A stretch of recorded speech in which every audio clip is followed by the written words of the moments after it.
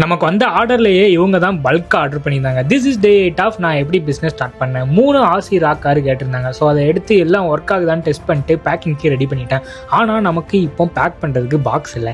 ஏன்னா எல்லாமே சிங்கிள் பாக்ஸாக தான் இருக்குது. இந்த மாதிரி பல்க் ஆர்டருக்கு பாக்ஸ் இன்னும் நான் எடுக்கவே இல்லை. அப்புறம் என்ன பண்ணலான்னு யோசிக்கும் போது தான் சரி பலசர கடையில் போயிட்டு பாக்ஸ் எடுத்து வந்துடலான்னு எங்கள் ஊரில் இருக்கிற பெரிய ஆண்டவர் கடைக்கு போனேன். ஆனால் நீங்கள் நினைக்கிற மாரி ஆண்டவர் இல்லை. தம்பி, அப்புறம் அங்கே நிறையா பாக்ஸ் இருந்துச்சு. நமக்கு எது கரெக்டாக வரும்னு பார்த்து எடுத்துகிட்டு இந்த பாக்ஸுக்கு 20 ரூபா கேட்டாங்க. அதை ஜிபே பண்ணிவிட்டு பாக்ஸை தூக்கி பைக்கில் போட்டுட்டு வீட்டுக்கு வந்துட்டேன். எல்லாத்தையும் பேக் பண்ண ஆரம்பிச்சிட்டேன். பரவாயில்ல, பாக்ஸில் எல்லாமே செட் ஆயிடுச்சு.